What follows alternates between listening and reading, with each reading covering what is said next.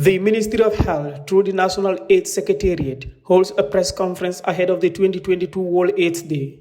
The pressure is to update the public on the upcoming World AIDS Day commemoration in December 2022.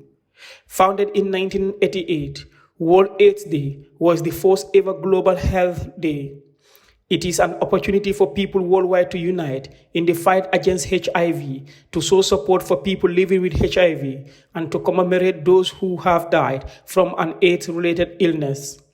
This year's theme is to equalize the dangerous inequality in the fight against HIV. Speaking at the presser, Mr. Usman Baji, Deputy Director of the National AIDS Secretariat, says all partners have agreed to intensify the fight against HIV.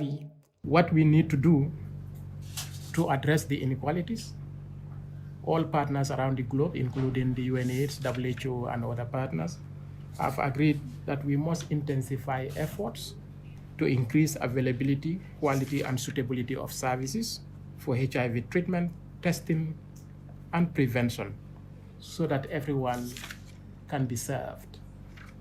So as we speak now, when you talk about HIV treatment, there are still communities that are underprivileged or underserved.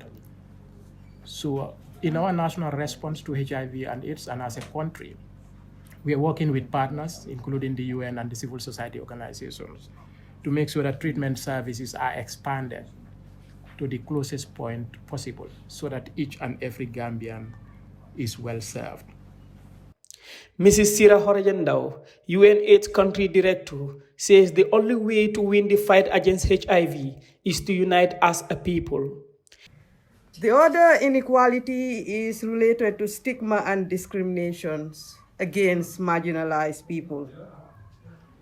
Another inequality is the unequal access to resources due to the reduction of investment on health.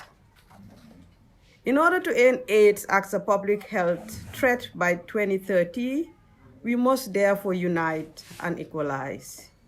This week, UNAIDS launched a powerful new report, Dangerous Inequalities.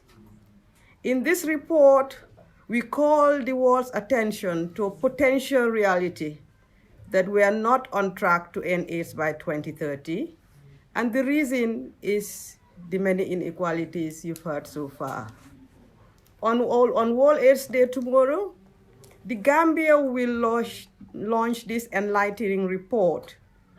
We call Meanwhile, Mam Kumbandao Sise, Global Fund Project Manager, Action Aid International, the Gambia, says all partners should sit and reflect on what they have achieved and what needs to be done to win the fight against HIV. My point today is that we should reflect and sit back and reflect on what we have done individually, what we have done as professionals, what we have done as partners, and what we have done as a community in enhancing the universal access to prevention services, to treatment care and support services, and how we can ensure that our interventions are reaching the people that we want to reach without an ounce of discrimination or stigma.